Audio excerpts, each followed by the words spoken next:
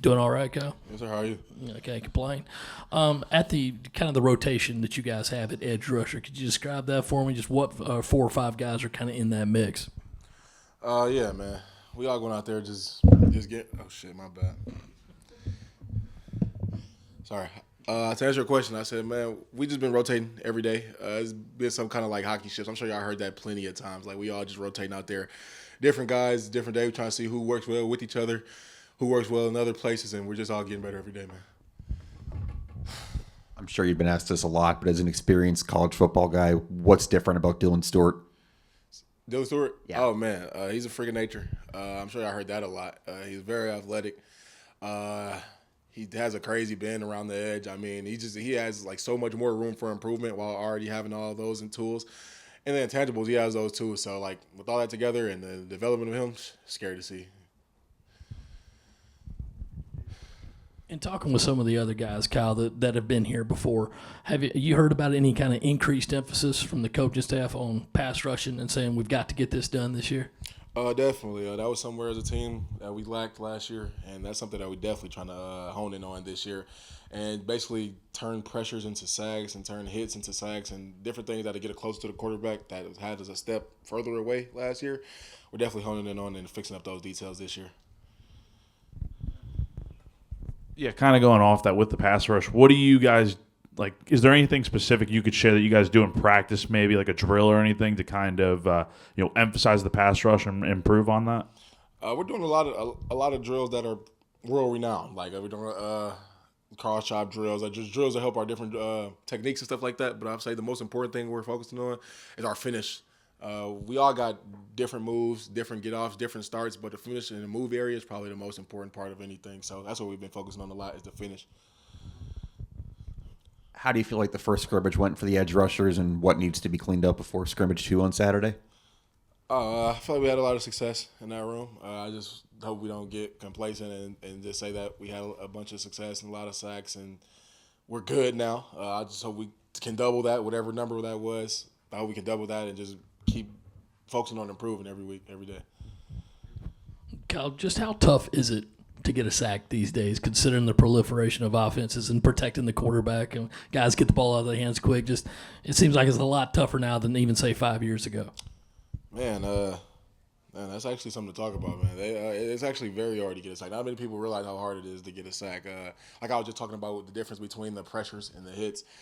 Very hard to get a sack, especially with the modernized way of offenses. Like, obviously, they're about to throw the ball, so we got tackles that are just jumping out there, and it's just harder to get closer to them, which is why actually getting the sack is a very good thing to do, like, basically.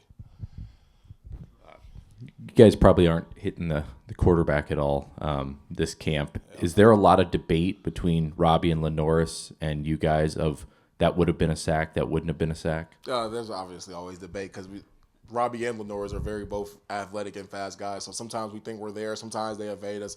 A lot of the times they evade us. A lot of times we actually are there. So it's an argument every day between us, and it's back and forth, literally. Like sometimes we get there. Sometimes we watch film and realize that they got away. So it has to be a lot of back and forth with that.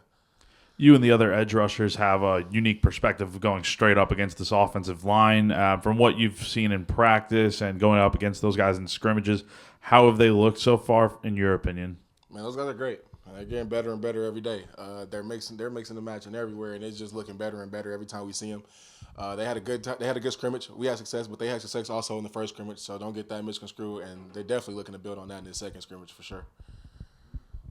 Spencer Rattler told me that it's basically like last year he never really saw Lenoris get sacked when you were obviously allowed to in practice. I'm just curious. I know you can't right now, but what a benefit kind of having someone like Lenoris like prepares you with his skill and his ability to get away from defenses. Oh, for sure.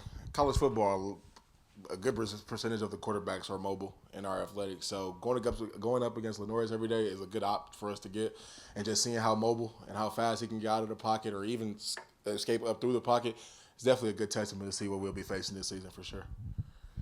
Kyle, talking about trying to get a sack in practice, what constitutes a sack? You got to get one hand on the QB, two hands. We don't want to get too close to the QBs at all. So if you clearly beat your defender, your offender in this circumstance, that's a sack. Like if you're just like have a straight line of vision to him. If you touch him with one hand, that's a sack. But obviously we don't want to get too close, so that's why it's such a discrepancy on what's a sack and what's not a sack.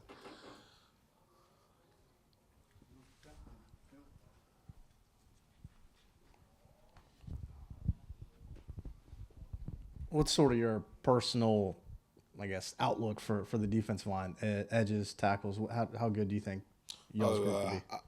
That's how good I think it will be.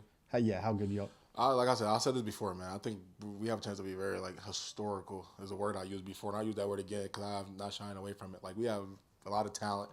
Not only with talent, we have depth, and we have guys that are willing to work hard with their talent. And I feel like just with the blend and all that, like we could be unstoppable. Like the sky's the limit. No cliche talk. The sky is literally the limit. Is there an individual play, maybe not necessarily by you, but by another guy that you've seen these last couple of weeks where you're like, yeah, that kind of reinforces that thought you just had? It's kind of hard to put my finger on that. Like all of it, like I said, we have a chance to be very good. Everyone is making a lot of different plays, but since it was today, I'll talk about TJ pick six. He had a pick six today in practice, so that was pretty like, damn. So yeah. How much did you guys rotate at Georgia Tech? Like, how many plays would you stay on the field for at a time? I played a good bit of the game. I'd probably say if we separated by like fourths, I played probably about half to 3/4 of the game. I can't get a good estimate of how many snaps that was, but I played Sure. So this year, you're going to be probably getting more rest.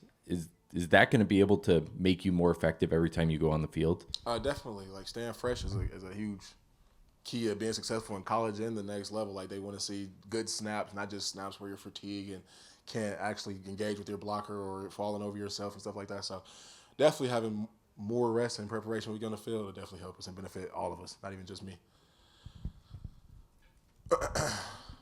Yes, sir. Appreciate that.